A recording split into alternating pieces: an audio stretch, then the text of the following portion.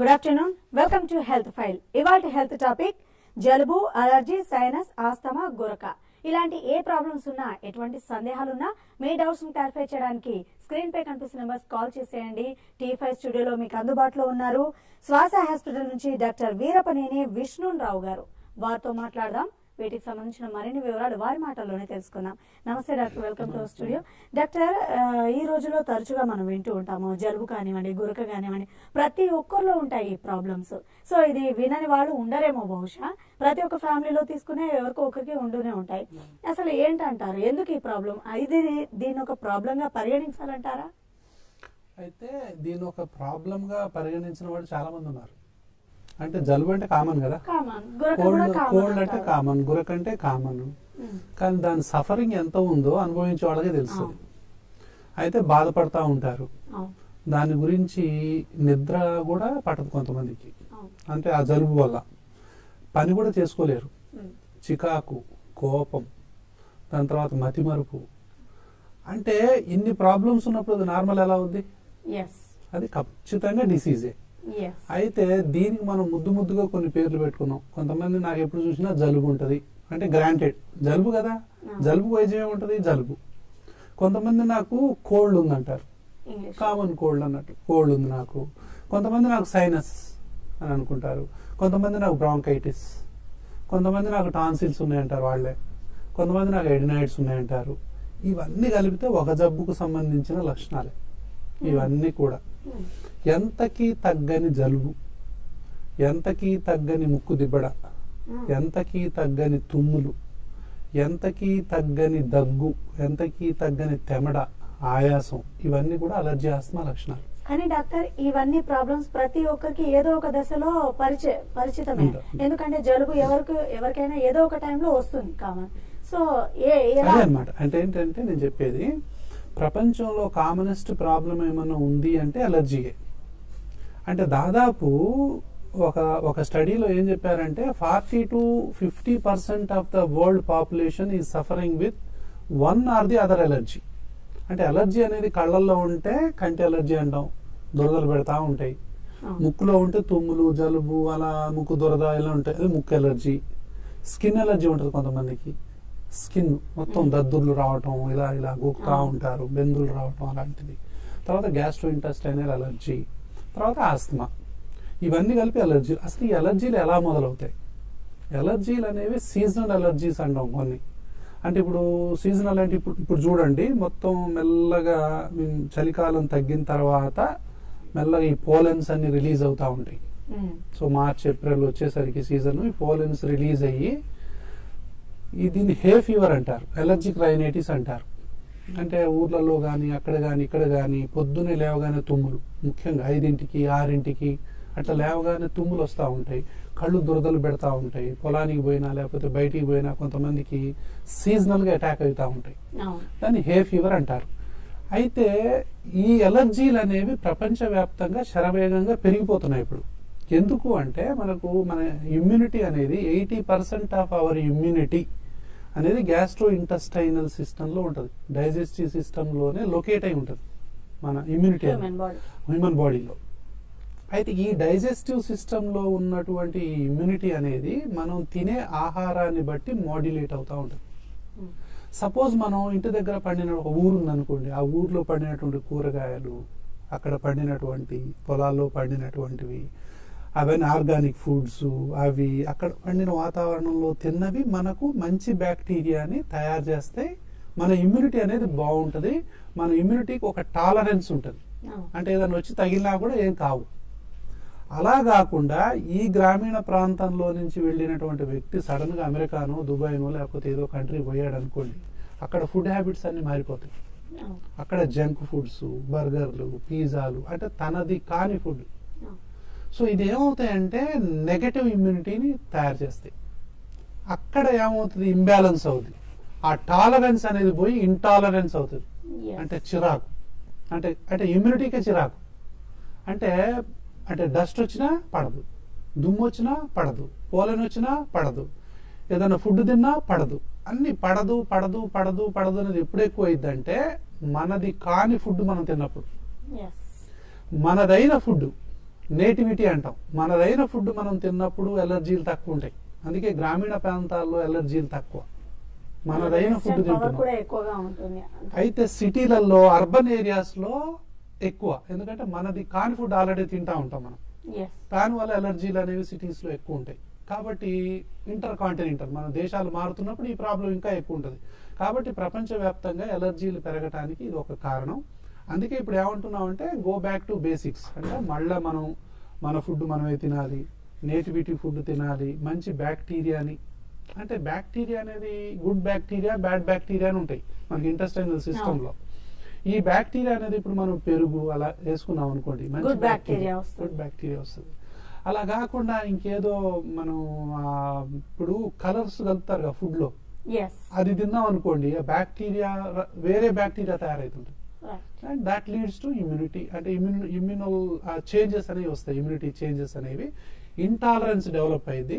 దానివల్ల చిన్నపిల్లలు అప్పుడే మెల్లగా స్కిన్ ఎలర్జీలు మొదలవటం, మెల్లమెల్లగా తుమ్ములు మొదలవటం, మెల్లమెల్లగా కళ్ళు నలవటం మొదలవటం, దగ్గు రావటం, ఆయాసం రావటం, ఒక వాతావరణం మారుతా ఉంటే ఆ తేడాలు రావటం, సో గాలి తీసుకోవటం కష్టమైపోవటం, ఇంకా ఎప్పుడు చూసినా జలుబు. అదే ఎప్పుడు చూసినా జలుబు అంటే ఇదే సైనస్ అంటాం. తర్వాత టాన్సిల్స్ ఉబ్బుతాయి, ఎడినాయిడ్స్ ఉబ్బుతాయి, నోరు తెలిసి నిద్రపోతూ ఉంటారు. సో ఇవన్నీ ఎలర్జీకి సంబంధించినటువంటి ఇతర జబ్బులు. అంటే మెయిన్గా ఎలర్జీ అంటే ఏదో ఒకటి పడకపోవడం. ఆ పడకపోవడం అనేది ఫుడ్ కావచ్చు, ఆ పడకపోవడం అనేది డస్ట్ మైట్స్ కావచ్చు, పోలెన్ కావచ్చు, ఫంగస్ కావచ్చు, వాతావరణ కాలుష్యం కావచ్చు, ఏదైనా కావచ్చు.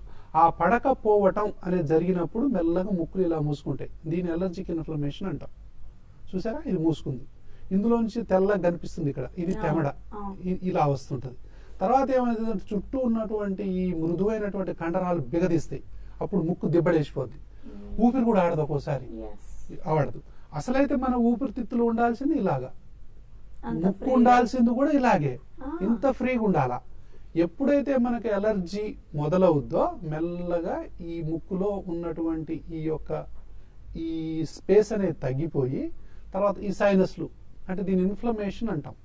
ఈ ఇన్ఫ్లమేషన్ అనేది ముక్కులో మొదలై సైనస్లకు వ్యాపించి ఎడినైడ్స్, టాన్సిల్స్ కింద ఊపిరితిత్తుల దాకా వ్యాపించి మొత్తం శ్వాస వ్యవస్థ మొత్తం కూడా మూసుకుంటుంది.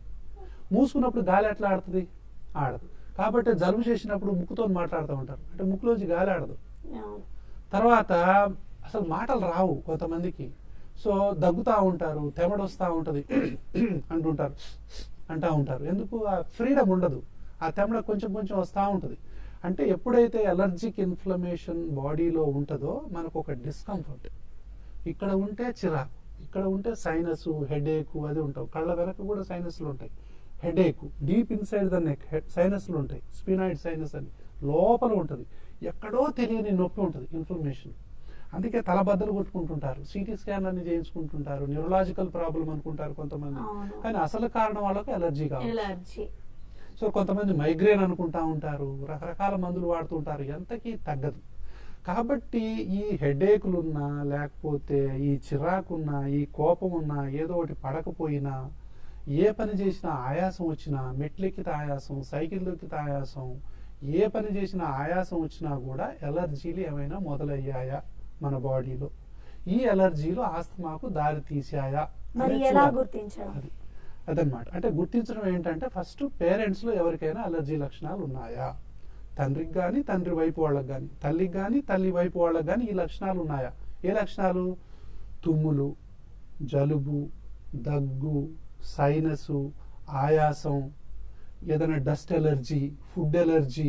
అంటే ఎలర్జీలు ఏదో ఒకటి పడకపోవడం అని చెప్పాను. ఎలర్జీ అంటే ఏదో ఒకటి పడకపోవడం. అంటే ఇల్లు దులిపారు అనుకోండి, వాళ్ళు 2 రోజులు పడుకుంటారు, ఇంకేం పని చేయరు, 100 తుమ్ములు తుమ్ముతారు. ఇల్లు దులిపారంటే పండగ వచ్చిందంటే వాళ్ళకి అదొక ఖర్చు.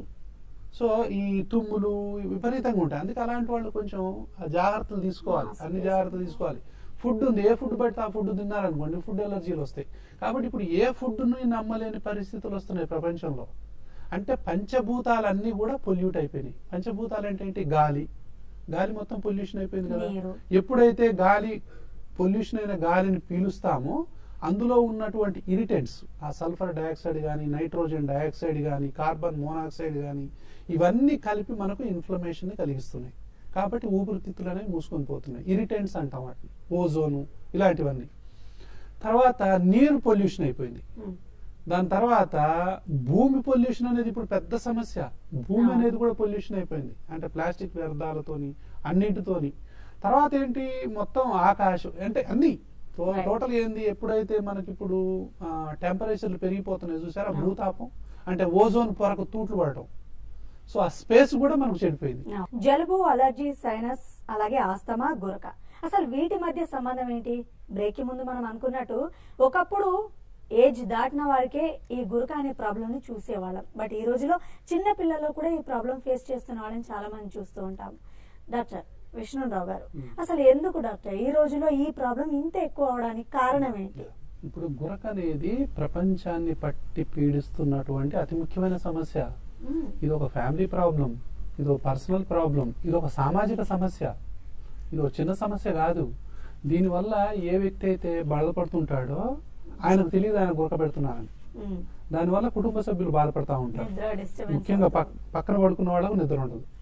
ఎప్పుడైతే నిద్ర అనేది ఒక హక్కు, అసలు చదువుకునే హక్కు, ఉపాధి హక్కు ఎలాగో నిద్ర కూడా ఒక హక్కు. నిద్రను భంగం చేసేటటువంటి హక్కు ఎవరికి లేదు.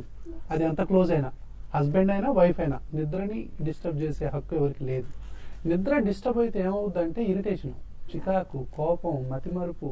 అసలు ప్రపంచంలో ఈ రోజు అంటే ఒక విధమైనటువంటి ఇంటాలరెన్స్ మనకు ఇది ఉంది. అంటే ఏ వ్యక్తి అయినా సరే చీటికి మాటికి చిరాకు, కోపం, అది ఇది పడుతున్నాడంటే అసలు ఈయనకు నైట్ నిద్రపోతున్నాడా లేదా అనే డౌట్ అసలు రావాలా?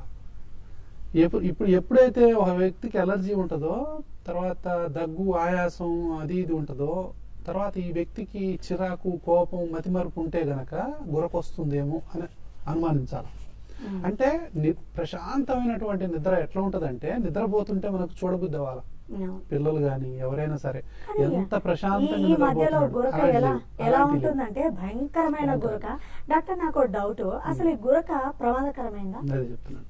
అయితే ఏంటంటే ఈ గురక అనేది ఫస్ట్ ఇంట్లో ఒకళ్ళు పెడుతుంటే ఫస్ట్ బెడ్ పార్ట్నర్ డిస్టర్బ్ అవుతారు, తర్వాత పక్క రూమ్ వాళ్ళు డిస్టర్బ్ అవుతారు, తర్వాత పక్క అపార్ట్మెంట్ వాళ్ళు కూడా డిస్టర్బ్ అవుతారు, పక్క ఇంట్లో వాళ్ళు కూడా డిస్టర్బ్ అవుతారు. అంటే సౌండ్ని బట్టి, ఇంటెన్సిటీని బట్టి గురక ఎంత తీవ్రమైంది చెప్పొచ్చు ఒకటి.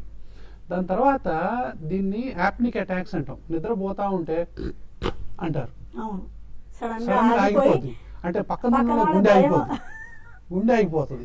అసలు ఏంది, ఉన్నాడా పోయాడా అనుకుంటారు కొంతమంది. కొంతమంది ఏంటంటే సైలెంట్ గా అసలు చాలాసేపు ఊపిరి తీయకుండా అట్నే ఆగిపోతారు. లాస్ట్ కు ఒక సింహనాదం చేస్తారు అన్నట్టుగా, అప్పుడు కూడా భయపడిపోతారు. అంటే ఇదంతా ఇది ఎంత మాత్రం ఈ రోజులో నవ్వుకునే సమస్య కాదు, చాలా సీరియస్ ప్రాబ్లం ఇది. దీనివల్ల ఏమవుతుందంటే ఉదయం లేవగానే వాళ్ళకు మరింతసేపు నిద్రపోవాలనిపిస్తుంది, ఆఫీసు పోగానే విపరీతమైన నిద్రపోతూ ఉంటారు, డ్రైవింగ్ చేసుకుంటూ నిద్రపోతూ ఉంటారు, మాట్లాడుకుంటూ నిద్రపోతూ ఉంటారు, ఎప్పుడు చూసినా కూడా నిద్రపోతూ ఉంటారు. కొంతమంది నైట్ అవగానే ఏంటంటే ఇట్లా గురకున్న వాళ్ళు పండుకున్న 1 minute లోపల, 1 minute కాదు కొన్ని సెకండ్స్ లోపల నిద్రపోతారు.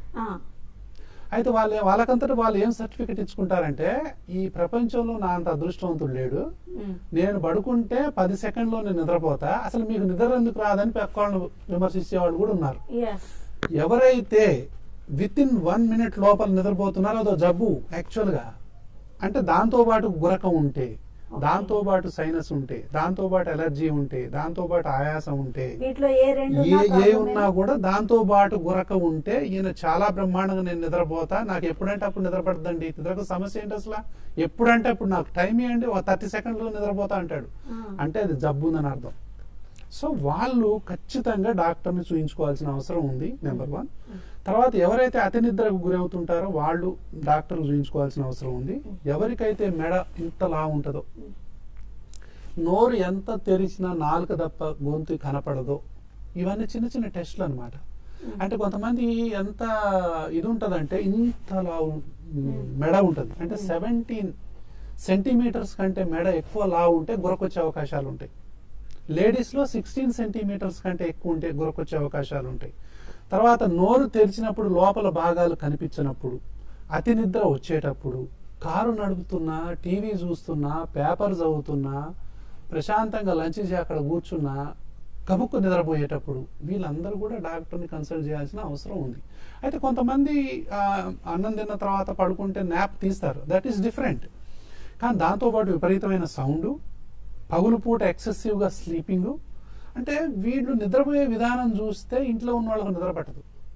ఈయన కారు నడుపుకుంటూ పోయాడు కానీ మధ్యలో నిద్రపోయాడో ఏమో, స్కూటర్ నడుపుకుంటూ పోయాడు కానీ నిద్రపోతాడో ఏమో, ఇట్లా భార్య నిద్ర ఉండదు. సో ఇట్లా భయపడేవాళ్ళు అంటే వీళ్ళకు ఆల్రెడీ ఓ ప్రాబ్లం ఉన్నట్టు. కాబట్టి వాళ్ళ ఊపిరితిత్తులు కానీ, వాళ్ళ శ్వాస వ్యవస్థ కానీ, వాళ్ళ ముక్కులు కానీ ఈ విధంగా మూసుకున్నట్టు. చిన్నపిల్లల్లో కూడా ఈ సమస్య ఉంటుంది. చిన్నపిల్లలు గురక పెడితే నిద్రపోని కుటుంబాలు ఎన్నో ఉన్నాయి. అంటే టాన్సిల్స్ ఉబ్బటం, ఎడినాయిడ్స్ ఉబ్బటం అనేది ఉంటుంది. దానికి టాన్సిల్ తీసేద్దాం అంటారు, ఎడినాయిడ్స్ పీకేద్దాం అంటారు. అది సమస్యకు పరిష్కారం కాదు. ఎలర్జీకి యాంటీ ఎలర్జీ ట్రీట్మెంట్ ఇవ్వాలి అంతే తప్ప ఏదో టాన్సిల్స్ ఉన్నాయి, లేకపోతే ముక్కు వంకర ఉంది, ముక్కు ద్వారం వంకర ఉంది, గాలి సరిగా ఆడట్లేదని ఇమ్మీడియట్ గా ఆపరేషన్ చేయించడం అనేది అలర్జీలో సమస్యకు పరిష్కారం కాదు. మరి మీ దగ్గర ఎలాంటి సో ఫస్ట్ అంటే ఎలర్జీ నా దగ్గరే కాదు, ప్రపంచవ్యాప్తంగా వన్ ఎయిర్ వే వన్ డిసీజ్ అంటారు దీన్ని. ఎక్కడైనా చేయాల్సింది ఏంటంటే ఎలర్జీ అంటే తుమ్ములు, జలుబు, దగ్గు, ఆయాసం, పిల్లిపోతలు, నోరు తెరిచి నిద్రపోవటం, ఎడినాయిడ్స్, టాన్సిల్స్, ఫ్రీక్వెంట్ గా ఇన్ఫెక్షన్స్ రావటం, మాటిమాటికి యాంటీబయాటిక్స్ వాడటం, ఒక హాస్పిటల్ కాకపోతే ఇంకో హాస్పిటల్ చుట్టూ తిరగటం, యాంటీబయాటిక్స్ అని టన్స్ ఆఫ్ యాంటీబయాటిక్స్ వాడుతూ ఉంటారు, అయినా ఎంతకు తగ్గదు. చిన్నపిల్లలకు జలుబు అనేది ఎంతకి తగ్గదు. ఎందుకు? తాళానికి తగ్గ తాళం చేయి పెట్టలేవాళ్ళు. అదే యాంటీ అలర్జీ ట్రీట్మెంట్ అంటాం. యాంటీ అలర్జీ ట్రీట్మెంట్ అంటే ఈ అలర్జిక్ ఇన్ఫ్లమేషన్ ని మనం ట్రీట్ చేయాలి తప్ప ఈ అలర్జిక్ ఇన్ఫ్లమేషన్ అనేది కొన్నాళ్ళు అలాగే ఉంటే ఇన్ఫెక్షన్స్ వస్తాయి. ఆ ఇన్ఫెక్షన్స్ వచ్చినప్పుడు కొంతమంది యాంటీబయాటిక్ వాడతారు. యాంటీబయాటిక్ వాడినప్పుడు ఆ ఇన్ఫెక్షన్ తగ్గుద్ది, కానీ అలర్జీ పోదు. ఇది అక్కడే ఉంటుంది. తర్వాత మళ్ళీ ఇన్ఫెక్షన్ వస్తుంది, మళ్ళీ యాంటీబయాటిక్ వాడతాం. ఈ ఇన్ఫ్లమేషన్ మాత్రం ఇక్కడే ఉంటుంది. దీనికి వైద్యం జరగదు. చాలా సందర్భాల్లో 95% ఆఫ్ ద టైమ్స్ ఇక్కడ వైద్యం జరగదు. ఇక్కడ వైద్యం జరగకుండా దీనివల్ల ఇదేం చేస్తుంది అంటే ఈ ద్రవాలు అనేవి ఉత్పత్తి అవుతూ ఉంటాయి. ఈ ద్రవాల్లో వైరస్లు, బ్యాక్టీరియాలు చిక్కి ఇన్ఫెక్షన్స్ వస్తూ ఉంటాయి. ఆ ఇన్ఫెక్షన్స్ మాటిమాటికి యాంటీబయాటిక్స్ వాడుతూ ఉంటాం, స్ట్రాంగ్ యాంటీబయాటిక్స్ వాడుతూ ఉంటాం. ఇది తగ్గకపోతే ఇంకో యాంటీబయాటిక్ వాడుతుంటాం. ఈ హాస్పిటల్ తగ్గకపోతే ఇంకో హాస్పిటల్ పోతాం, మనమే పోయి యాంటీబయాటిక్స్ కొనుక్కొని వాడుతుంటాం. ఎన్ని చేసినా కూడా తగ్గదు, ఎందుకంటే తాళం ఒకటి, తాళం చేయి ఒకటి. కాబట్టి అలర్జిక్ ఇన్ఫ్లమేషన్ అనేది యాంటీబయాటిక్స్ వల్ల తగ్గేది కాదు. యాంటీ అలర్జిక్ ట్రీట్మెంట్ అంటాం, యాంటీ హిస్టమిన్ ట్రీట్మెంట్ అంటాం. అది ఇన్హేలర్ రూపంలో ఉంటుంది. ముక్కులో అయితే ముక్కులో స్ప్రే, నేసల్ స్ప్రేస్ అంటాం. తర్వాత ఇన్హేల్డ్ కార్టికోస్టీరాయిడ్స్ అంటాం, అంటే యాంటీ ఇన్ఫ్లమేటరీ ట్రీట్మెంట్. అది అప్పుడు ఊపిరితిత్తులు అనేది ఓపెన్ అవుతాయి. దాని తర్వాత ఈ మాటిమాటికి ఇన్ఫెక్షన్లు రాకుండా వ్యాక్సిన్స్ అనేవి అందుబాటులో ఉన్నాయి ఇప్పుడు. చిన్నపిల్లలకు కానీ, పెద్దోళ్ళకి కానీ, ఇంకా ఎవరైనా సిఓపిడి పొగ తాగి కొంతమంది ఊపిరితిత్తులు పాడవుతాయి, వాళ్ళకు కూడా ఫ్రీక్వెంట్గా ఇన్ఫెక్షన్స్ రాకుండా వ్యాక్సిన్స్ ఉన్నాయి ఇప్పుడు. ఈ వ్యాక్సిన్స్ అనేవి అన్ని ఏజ్ల వాళ్ళు గనక మనం తీసుకున్నట్లయితే ఈ ఇన్ఫెక్షన్లు అనేవి మాటికి రావు. 80% ఆఫ్ ద ఇన్ఫెక్షన్స్ అనేవి ఈ వ్యాక్సిన్ల వల్ల కంట్రోల్ అయిపోతాయి. 2 వ్యాక్సిన్ల వల్ల, అంటే anti viral vaccine, anti bacterial vaccine. ఈ వ్యాక్సిన్లు కనుక తీసుకున్నట్టయితే ఫ్రీక్వెంట్గా హాస్పిటల్ చుట్టూ తిరగటం అనేది ఆగిపోద్ది, పెద్దోళ్ళు కానీ, పిల్లలు కానీ, ఎవరైనా కానీ. తర్వాత యాంటీ అలర్జీ ట్రీట్మెంట్ ఇన్హేలర్స్ రూపంలో ఉన్నది తీసుకోవటం, యాంటీ హిస్టమిన్ అనేది. అయితే ఈ అలర్జీలు, ఈ ఆస్మాలు ఏ దశలో ఉన్నాయో తెలుసుకోవాలి. అంటే ఏది పెడితే ఆ మందు వాడటం అనేది మళ్ళీ తప్పైంది. కాబట్టి అనుభవం ఉన్నటువంటి వైద్యుని సంప్రదించి అలర్జీ ఎందుకు వచ్చింది, ఏ దశలో ఉంది, ఏ అలర్జన్ వల్ల ఈ అలర్జీ వచ్చింది, టెస్టులు చేయించుకొని ఏ దశలో ఉందో తెలుసుకొని, ఎంత మూసుకుందో తెలుసుకొని, దానికి తగ్గ మోతాదుని డిసైడ్ చేసి అది ఎలా వాడాలి, ఎంతకాలం వాడాలి, ఎప్పుడు వాడాలి, ఎందుకు వాడాలి అనేది తెలుసుకుంటే ఈ విధంగా ఓపెన్ అవుతుంది. ఈ విధంగా ఓపెన్ అయినప్పుడు వాళ్ళ జీవితం ఒకలాగుంటుంది. లేకపోతే చిన్నపిల్లలు నోరు తెరిచి నిద్రపోతూ ఉంటారు. నోరు తెరిచి నిద్రపోయి ఏమవుద్దంటే ఈ పళ్ళు ఎత్తు అయితే కొంతమంది చూసారా, పళ్ళు ఎత్తు అయితే ఇలా చూస్తూ ఉంటారు. ఎడినాయిడ్ ఫేసిస్ అంటాం. అంటే లోపల ఉన్న ఎడినాయిడ్స్, టాన్సిల్స్ అలాగే ఉండిపోయి ఈ నోరు అనేది ఓపెన్ చేసి మాట్లాడుతూ ఉంటారు, అందులో ఈగలు పోతూ ఉంటాయి. సో ఇట్లా పిల్లలు ఇలా ఈ పళ్ళని ఎత్తు అవుతూ ఉంటాయి. 14-15 ఏళ్ళు వచ్చిన తర్వాత వీటికి వైరింగ్ చేస్తాం మనం. కారణం మాత్రం ఎడినాయిడ్స్, టాన్సిల్స్, ఎలర్జీ. వాటిని అక్కడనే పెట్టి వైరింగ్ చేస్తాం మనం. అంటే 100 మంది పిల్లలు నోరు తెరిచి నిద్రపోతున్నా, పళ్ళు ఎత్తైనా వాళ్ళకి అలర్జీ ఉండొచ్చు. వాళ్ళకి సైనస్ ఉండొచ్చు, వాళ్ళకి ఆస్మా ఉండొచ్చు. ఈ వైద్యాలు చేయకుండా కేవలం వైరింగ్ వేయటం వల్ల ఎలాంటి ఉపయోగం ఉండదు. కాబట్టి ఏంటంటే అంటే ఇలా వాటిని అలాగే పెట్టి ఈ వైరింగ్ వేయటం వల్ల ఏంటి ఉపయోగం? గురకబెట్టే వ్యక్తికి కూడా కొంతమంది ఏం చేస్తామంటే బైప్ సిప్యాప్ అని పెడతారు, మిషన్ పెడతారు ఒకటి. అంటే ఈ మిషన్ దీనికి పెట్టడం వల్ల ఉపయోగం ఏంటి? వాళ్ళని ఈ విధంగా ఓపెన్ చేస్తే అసలు ఈ మిషన్ అవసరం ఏంటి అంటే ఫస్ట్ ఈ గురకకు ఎలర్జీకి లింక్ ఉందా లేదా తెలుసుకోవాలి, దేనివల్ల గురక వస్తుంది. సో చిన్నపిల్లల్లో ఎడినైడ్స్, టాన్సిల్స్, ఎలర్జీ, ఈ సైనస్ ఉన్నప్పుడు నోరు తెరిచి నిద్రపోతారు. నోరు తెరిచి నిద్రపోవటం వల్ల పిల్లలకు కలిగేటటువంటి దుష్ఫలితాలు చెప్పాలంటే ఓ రోజు పడదు. చిన్నపిల్లలు పెంకి పిల్లలకు తయారవుతారు, ఇరిటేషన్కి తయారవుతారు, లెర్నింగ్ ప్రాబ్లమ్స్ ఉంటాయి. పెంకి పిల్లలు వాళ్ళని ఒకళ్ళిద్దరు ఆపలేరు, ఇంట్లో 10 మంది కూడా ఆపలేరు వాళ్ళని. ఇక్కడ అది వాళ్ళకి కొడతారు, అంటే ఇల్లు బీకి పందిలేస్తారంటారే ఇలాంటి పిల్లలే, అంటే నోరు తెరిచి నిద్రపోయే పిల్లలు, ఈ ఎలర్జీ ఎంతకు ట్రీట్మెంట్ జరగని పిల్లలు. సో చాలా మందికి ఈ ప్రాబ్లమ్స్ అనేవి అంటే ఎన్నో రకాలైనటువంటి ప్రాబ్లమ్స్ దారితీస్తుంది. దీనికే ఎన్నో రకాల పేర్లు పెట్టుకుంటాము. విష్ణున్ రావు గారు, ఇంతకుముందు మీరు చెప్పారు వ్యాక్సిన్స్ అనేవి అందుబాటులో వచ్చాయి అన్నారు, ఏ ఏజ్ వాళ్ళైనా వేసుకోవచ్చు అన్నారు. వన్స్ వ్యాక్సిన్ వేసుకున్న తర్వాత కూడా ఈ ప్రాబ్లం వచ్చే ఛాన్సెస్ ఏమన్నా ఉన్నాయంటారా? వ్యాక్సిన్ అనేది ఏంటి, ఇప్పుడు ఫ్రీక్వెంట్ గా బ్యాక్టీరియల్ ఇన్ఫెక్షన్ వస్తూ ఉంది, ఫ్రీక్వెంట్ గా మనకు సైనస్ వస్తుంది, ఫ్రీక్వెంట్ గా బ్రాంకైటిస్ వస్తుంది, ఫ్రీక్వెంట్ గా న్యూమోనియా వస్తుంది, ఫ్రీక్వెంట్ గా రెస్పిరేటరీ సిస్టమ్ లో ఇన్ఫెక్షన్ వస్తుంది అనుకోండి. Anti bacterial, anti viral injections వేయటం వల్ల 80% ఆఫ్ ద టైమ్స్ రాదు. అంటే ఒక సంవత్సరంలో 10 సార్లు ఎప్పుడు చూసినా కొంతమంది సార్ నెల హాస్పిటల్ అడ్మిట్ అవుతాం సార్, మేము నెల ఒక వారం రోజులు హాస్పిటల్లోనే ఉంటామని చెప్తా ఉంటారు. వీళ్ళందరూ కూడా అలర్జీతో బాధపడుతున్నారా, ఆస్మాతో బాధపడుతున్నారా? వీళ్ళ కుటుంబాల్లో ఎవరికైనా అలర్జీ, ఆస్మా లక్షణాలు ఉన్నాయా? అంటే ఏంటి అంటే తుమ్ములు, జలుబు, దగ్గు, ఆయాసం, పిల్లికోతలు, కూల్ డ్రింక్స్ పడకపోవటం, ఐస్ క్రీమ్ పడకపోవటం, డస్ట్ పడకపోవటం, వాతావరణంలో తేడా వస్తే పడకపోవటం, ఏదైనా ప్రయాణాలు చేస్తే పడకపోవడం, వాతావరణంలో తేడా వస్తే పడకపోవటం, ఈ లక్షణాలు ఏమన్నా ఉన్నాయా? ఉంటే వీళ్ళకు కూడా ఆ లక్షణాలే ఉండొచ్చు. కాబట్టి వీళ్ళందరూ కూడా ఎలర్జీ, ఆస్మాకు ట్రీట్మెంట్ తీసుకోవాలి. అయితే టాన్సిల్కి ఒక ట్రీట్మెంటు, ఎడినాయిడ్కి ఒక ట్రీట్మెంటు, బ్రాంకైటిస్కి ఒక ట్రీట్మెంటు, సైనస్కి ఒక ట్రీట్మెంటు, మైగ్రేన్కి ఒక ట్రీట్మెంటు, ఆస్మాకు ఒక ట్రీట్మెంట్ ఉండదు, ఒకటే ట్రీట్మెంట్. అందుకే 1 ఎయిర్వే 1 డిసీజ్ అంటాం. ఒక 30 రకాల ప్రాబ్లమ్స్ ఎలర్జీ, ఆస్మా వల్లనే ఉత్పన్నం అవుతాయి. అంటే ఆకుకు వైద్యం చేయటం కాదు, ఈ ఆకులన్నీ కలిపి రూట్ కనెక్ట్ అయి ఉంటాయి కదా, ఆ రూట్కే ట్రీట్మెంట్ చేయాలి. దాన్నే అలర్జిక్ రైనైటిస్ అంటాం. ఎలర్జిక్ రైనైటిస్ కి వైద్యం జరగనప్పుడు నోరు తెరిచి నిద్రపోతారు. నోరు తెరిచి నిద్రపోవటం జబ్బు కాదు, ముక్కులు ఇలా బ్లాక్ అయినాయి కాబట్టి. వాటినే చిన్నప్పుడే ఓపెన్ చేస్తే నోరు లేదు కదా. టాన్సిల్స్ అనేవి ఉబ్బటం వల్ల ఎలర్జీ వల్ల టాన్సిల్స్ ఉబ్బుతాయి. ఆ ఎలర్జీకి ట్రీట్మెంట్ టాన్సిల్స్ ఉబ్బవు కదా. ఎడినాయిడ్స్ కూడా అంతే. అంటే అంటే ఏంటంటే వాటిని ఈ ఎలర్జీకి ఒక రియాక్టివ్గా ఉబ్బుతాయి, రియాక్టివ్ స్వెల్లింగ్ అంటాం. దానివల్ల ఏమవుతుందంటే మెకానికల్ అబ్స్ట్రక్ట్ చేస్తాయి, కాబట్టి నోరుతో గాలి తీసుకుంటారు. ముక్కులోంచి తీసుకోలేరు కాబట్టి నోరు తెరుస్తారు. సో ఎప్పుడైతే మనం నేసల్ స్ప్రేలు, ఇక్కడ ట్రీట్మెంట్ ఇవన్నీ ఇస్తామో వాళ్ళు ఈ విధంగా అవి ఓపెన్ అవుతాయి. విష్ణున్ రావు గారు, నిజంగా చాలా ఇంట్రెస్టింగ్ టాపిక్ అండి. చాలా చక్కని విషయాలు తెలియపరిచారు. మాకు తెలియని విషయాలు కూడా ఎన్నో ఈరోజు తెలుసుకున్నాం. అంటే అలర్జీ, ఆస్తమా, గురక అనేవి అంటే అన్ని రకరకాల జబ్బులు కావు, ఒకే జబ్బు. అంటే ఒక మెడిసిన్ అనేది 20 జబ్బులు తగ్గించాలా, అంతేగాని 20 జబ్బులకు 50 రకాల మందులు వాడటం కాదు పరిష్కారం. సో తాళానికి తగ్గ తాళం చెవిలాగా మనం వాడినప్పుడు. థ్యాంక్ యూ సో మచ్ విష్ణున్ రావు గారు. థ్యాంక్ యూ అండి. విన్నారు కదండి, 20 జబ్బులకి ఒకే మెడిసిన్ ఉంటుంది, కానీ 20 జబ్బులకి 50 రకాల మెడిసిన్స్ తీసుకోవడం అనవసరం అని అంటున్నారు విష్ణున్ రావు గారు. మరి ఆస్తమా, అలర్జీ, సైనస్, ఇలా గురక, వీటన్నిటి మధ్య ఎటువంటి సంబంధం ఉంటుందో ఈరోజు క్షుణ్ణంగా తెలుసుకున్నారు. ఇది ఇవాల్టి హెల్త్ ఫైల్. చూస్తూనే ఉండండి TV5.